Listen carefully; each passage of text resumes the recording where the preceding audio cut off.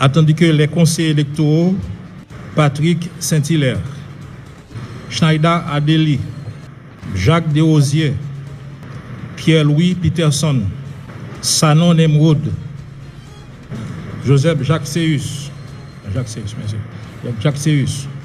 ont soumis à la Cour leurs pièces d'identification.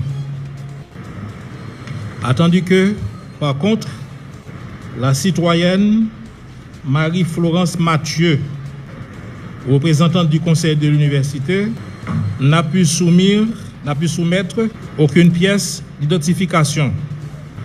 Attendu qu'il convient d'ordonner à trois citoyens ou citoyennes présents dans l'auditoire de se présenter par devant à titre de témoin entre guillemets, à l'effet de pouvoir identifier pour la Cour de l'identité de la citoyenne Marie-Florence Mathieu. Par ces motifs, la Cour, sur les conclusions du ministère public, ordonne à trois citoyens ou citoyennes présents dans l'auditoire de bien vouloir passer par devant. Pièce à l'appui, s'il vous plaît. À l'effet de pouvoir confirmer l'identification de la citoyenne Marie-Florence Mathieu. Donné de nom, Jean-Joseph Lebrun, président, Mariocine Casimir, Franz Driss, Maggie Florestal, Anne Joaséus, Patrick Métellus,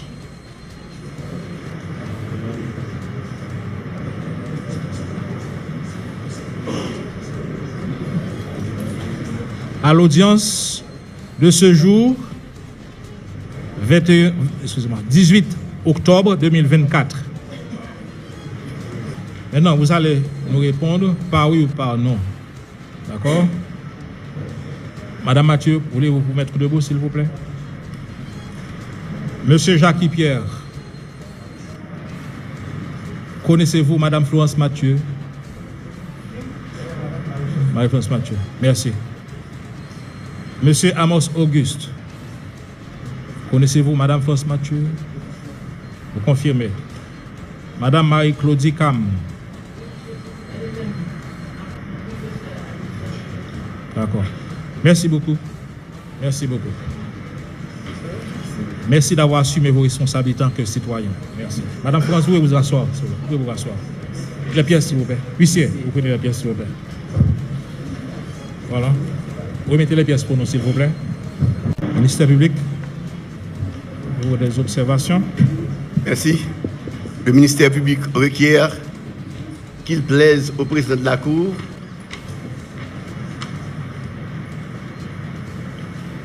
d'ordonner au greffier du siège d'appeler ou de faire appeler les conseillers électoraux pour la prestation de serment.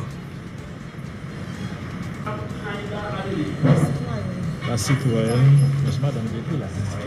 C'est madame qui est là. C'est madame qui est là. Oui. Non, venez pas au devant, madame. Venez pas au devant, madame.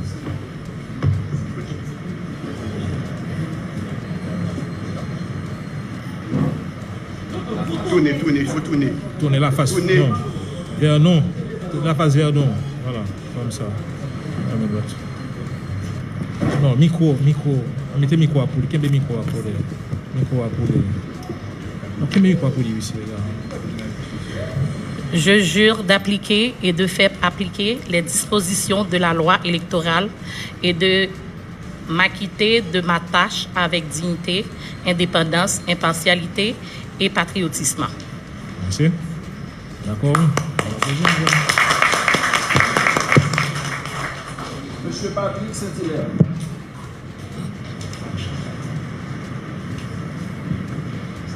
Je jure d'appliquer et de faire appliquer les dispositions de la loi électorale et de m'acquitter de ma tâche avec dignité, indépendance, impartialité et patriotisme. Merci. Monsieur Pierson Pierre-Louis.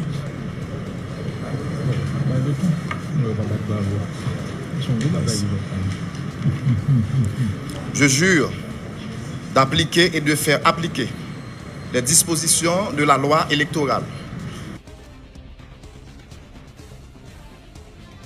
Indépendance, impartialité et patriotisme. Okay.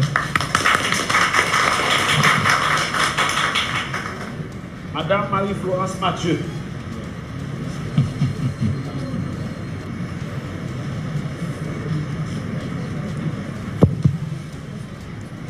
Je jure d'appliquer et de faire appliquer les dispositions de la loi électorale et de m'acquitter de ma tâche avec dignité, indépendance, impartialité et patriotisme. Monsieur Jacques Desrosiers.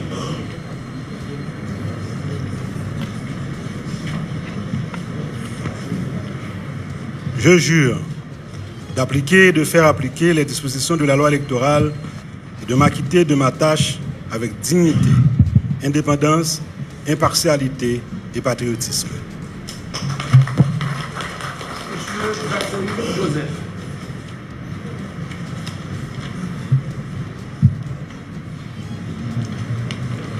Je jure d'appliquer et de faire appliquer les dispositions de ma tâche avec dignité, indépendance, impartialité et patriotisme. Monsieur Desmond Sanon.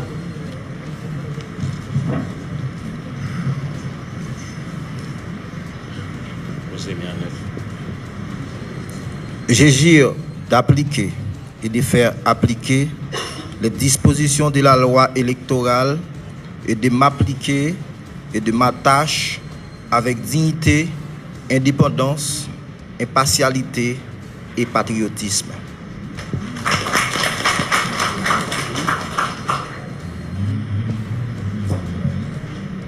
Mesdames, Messieurs les conseillers électoraux, la Cour vous donne acte de votre prestation de serment.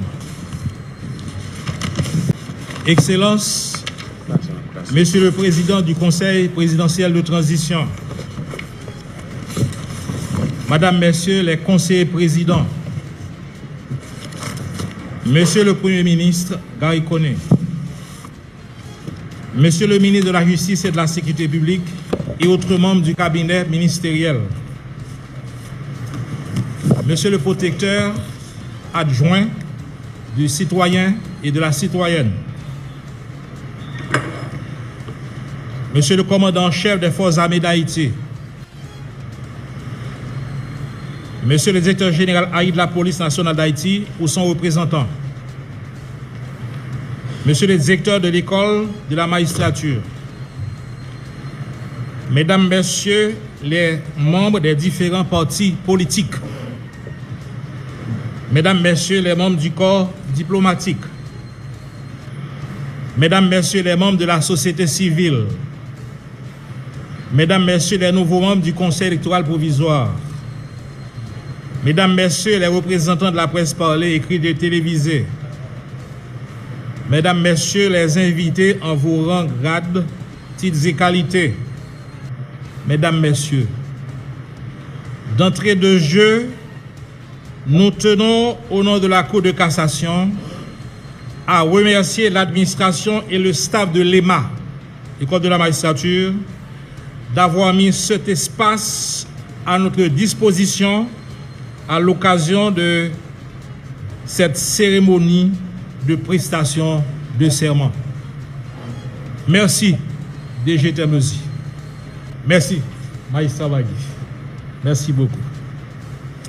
Mesdames, Messieurs, c'est avec un immense honneur et une profonde responsabilité que je me tiens devant vous aujourd'hui après la prestation de serment des membres du nouveau Conseil électoral provisoire, organe crucial pour la démocratie de notre pays. En tant que président de la Cour de cassation, je suis conscient de l'importance d'organiser des élections libres, justes et transparentes pour permettre à chaque citoyen de faire entendre sa voix et de choisir ses représentants dans tous les postes à pouvoir, du conseil d'administration de la section communale à la présidence. Suivant la loi mère de notre patrie commune, le conseil électoral a pour mission d'organiser et de contrôler en toute indépendance toutes les opérations électorales sur tous les territoires de la République jusqu'à la proclamation des résultats du scrutin. Il est le contentieux de toutes les contestations soulevées à l'occasion soit des élections, soit de l'application ou de la violation de la loi électorale, sous réserve de toute poursuite légale à entreprendre contre le ou les coupables par devant les tribunaux compétents. C'est un devoir primordial pour assurer la stabilité politique, la légitimité des institutions et la confiance du peuple haïtien en ses dirigeants. Je souhaite adresser mes vives félicitations à vous tous, membres du Conseil électoral provisoire, qui avez été choisis sur la base de vos compétences, de votre intégrité, de votre amour pour la patrie commune et de vos engagements envers la démocratie. En terminant, nous formulons le vœu, premièrement, que la démocratie et la justice guident nos pas vers un avenir de paix, de prospérité et de liberté pour tous. Deuxièmement, que les principes directeurs de la gestion électorale reflètent véritablement la volonté du peuple haïtien. Troisièmement, enfin, que tous nos frères et sœurs dans la patrie, haïtiens et haïtiennes, de toutes les couleurs et de toutes les classes sociales, parviennent à la compréhension qu'au Carrefour où nous sommes aujourd'hui, peu importe le parti auquel nous adhérons, une élection juste et équitable n'est pas seulement un droit, mais aussi un devoir que nous nous devons tous de protéger. Vive Haïti, vive la démocratie, puisse le grand Dieu Jéhovah bénir notre patrie commune. Je vous en remercie. L'écrivain de Belle-Eau, Rony Gillot. Les œuvres et la mémoire de ces grands hommes d'hier appellent ceux d'aujourd'hui au grand combat national pour le redressement nécessaire et obligatoire de la BAC nationale. Je vous remercie de votre attention. Monsieur le Président du Conseil présidentiel de transition,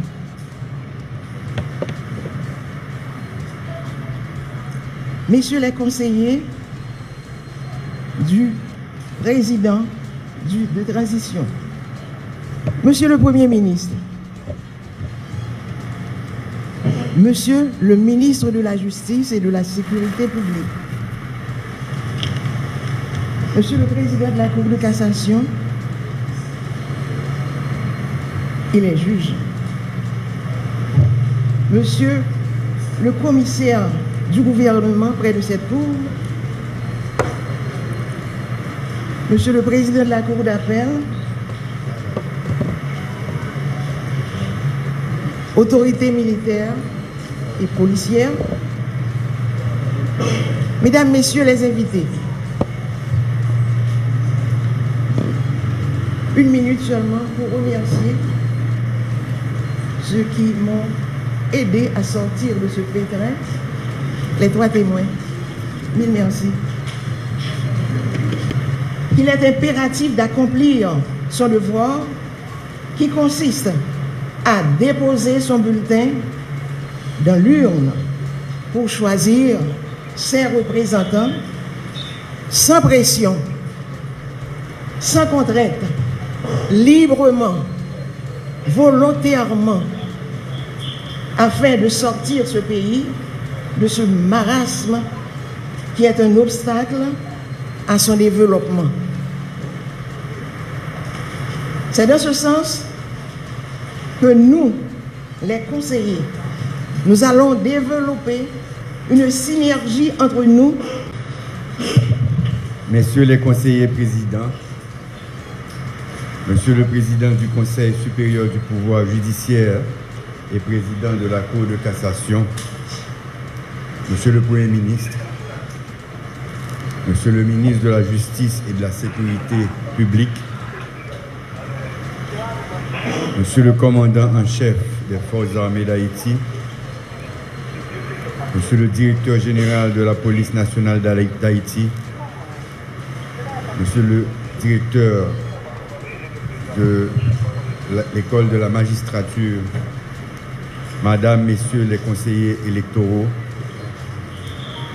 distingués invités, Mesdames, Messieurs. Aujourd'hui, nous nous réunissons au lendemain d'une date qui résonne avec la mémoire de notre héros national, le père fondateur de la nation haïtienne, Jean-Jacques Dessalines, pour cette cérémonie de prestation de serment. Nous sommes ici pour poser un jalon déterminant pour la réussite de la transition. Après des années d'incertitude, de troubles et d'instabilité, au cours desquels il a été difficile de trouver le consensus nécessaire pour renouveler le personnel politique par la voie des urnes, ce qui nous a éloignés de plus en plus de l'ordre constitutionnel, le moment est enfin venu de poser les bases de ce retour à l'ordonnancement juridique de l'administration du pays. La désignation des représentants des différents secteurs de la vie nationale pour constituer le Conseil électoral provisoire est un parcours long et difficile, qui aujourd'hui encore donne du fil à retordre. Finalement, nous avons l'honneur et la responsabilité ce matin de permettre la prestation de serment de 7 des 9 conseillers électoraux sous l'égide desquels seront organisés le référendum sur la réforme constitutionnelle et les élections tant attendues prévues pour la fin de l'année 2025. Je tiens en cette circonstance à rendre hommage à toutes les forces vives du pays, particulièrement les secteurs qui ont contribué à l'aboutissement de cette étape décisive. Leur dévouement, leur esprit d'abnégation et de consensus ont permis de franchir des obstacles qui à certains moments paraissaient insurmontables. C'est ainsi qu'aujourd'hui, nous faisons un pas essentiel vers la restauration de la légitimité de nos institutions. Chaque conseiller ou conseillère électorale qui sera installé aujourd'hui dans ses fonctions incarne l'espoir d'un peuple désireux de se faire entendre. Le travail n'est pas encore achevé. Nous allons poursuivre les efforts pour permettre aux représentants des secteurs des droits humains et des organisations de défense des droits des femmes de rejoindre au plus vite le Conseil électoral. Nous ne saurions prétendre bâtir une démocratie véritable sans leur présence et leur contribution. Il est impératif que leur voix soit entendue et représentée au Conseil électoral provisoire. Mesdames, Messieurs les conseillers électoraux, permettez en ce moment que je vous présente les félicitations du Conseil présidentiel de transition, car vous avez su gagner la confiance d'institutions importantes et représentatives du pays. Elles vous ont désigné pour cette délicate mission sur la base de votre intégrité, de votre indépendance et surtout de votre patriotisme. Désormais, la nation tout entière vous observe et attend que vous soyez à la hauteur de cette confiance à toutes les étapes du processus électoral. Mettez-vous au travail dès maintenant avec l'engagement et la conviction que requiert cette lourde responsabilité. Vous êtes appelés à porter sur vos épaules le poids d'une responsabilité immense En prenant fonction, vous vous engagez à mener une lutte sans merci qui exigera beaucoup de vous, du courage, une détermination sans faille, de l'intégrité, la transparence et un sentiment patriotique très prononcé. Vous avez la lourde tâche de garantir que chaque citoyenne et chaque citoyen exerce convenablement son droit de vote. Votre rôle est crucial pour restaurer la confiance du peuple en ces institutions. Difficile est la mission, mais pas impossible. L'avènement de cet Haïti dont nous rêvons tous et toutes passe par votre travail et vos efforts. Dans la perspective de ces élections de 2025, je vous exhorte à œuvrer avec ferveur pour établir un cadre électoral solide et équitable, informer et éduquer nos concitoyens et concitoyennes sur les enjeux des élections, favoriser une participation considérable de la population au processus électoral, permettre la participation de nos compatriotes vivant à l'étranger, assurer que la représentation des femmes et des jeunes parmi le personnel politique soit une réalité tangible. Alors, je vous demande de noter qu'il ne s'agit pas d'une simple cérémonie, mais plutôt de sceller aujourd'hui un pacte solennel avec le peuple haïtien, celui de restaurer l'espoir, de bâtir un avenir où la voix de chacun compte, où l'unité transcende les divisions. Pour y arriver, vous pourrez toujours compter sur le support du Conseil présidentiel de transition et de tous les corps de l'État. D'ailleurs, nous sommes tous des artisans d'une Haïti forte, unie, démocratique et prospère. Sur ce, je vous souhaite bonne chance et bon travail. Vive Haïti, vive la démocratie. Merci.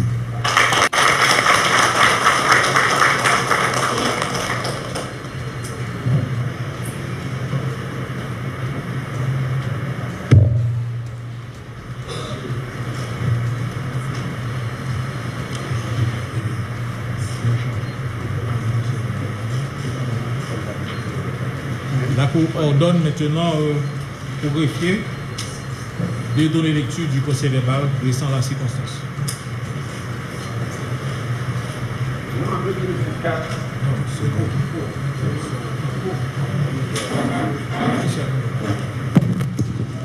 L'an 2024 et le vendredi 18 octobre, la Cour de cassation a pris siège sous la présidence de Maître Jean-Joseph Lebrun, président, ayant pour assesseurs les juges Marie-Justine Casimir, Franz Driss, Kitia Charles, Maggie Florestal, Anel J. Joasieus, Rameau Patrick Métellus, juge, en présence de Maître Carvet Jean, Jean Sinclair Joassin, Maître Leslie Jules et Fritz Gérard Chéry, respectivement commissaire du gouvernement et substitut du commissaire près la Cour, avec l'assistance de Pierre-Richard Alonce, greffier du siège.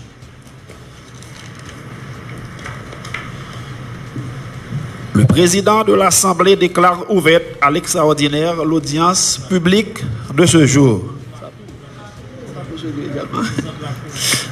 Le ministère public, par le truchement de Maître Carvet Jean, sollicite et obtient la parole, requiert qu'il plaise à la Cour, conformément à l'arrêté présidentiel pris au Palais national en date du 18 septembre 2024 et publié dans le journal officiel Le Moniteur le 19 septembre de la même année, et également suivant les correspondances émanées du ministre de la Justice et de la Sécurité publique, Maître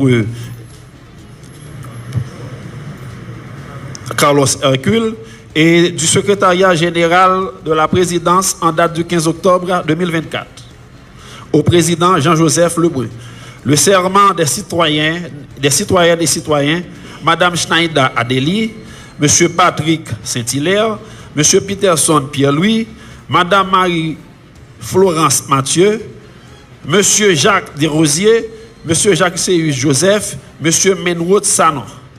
La Cour donne acte au ministère public faisant droit à la réquisition du ministère public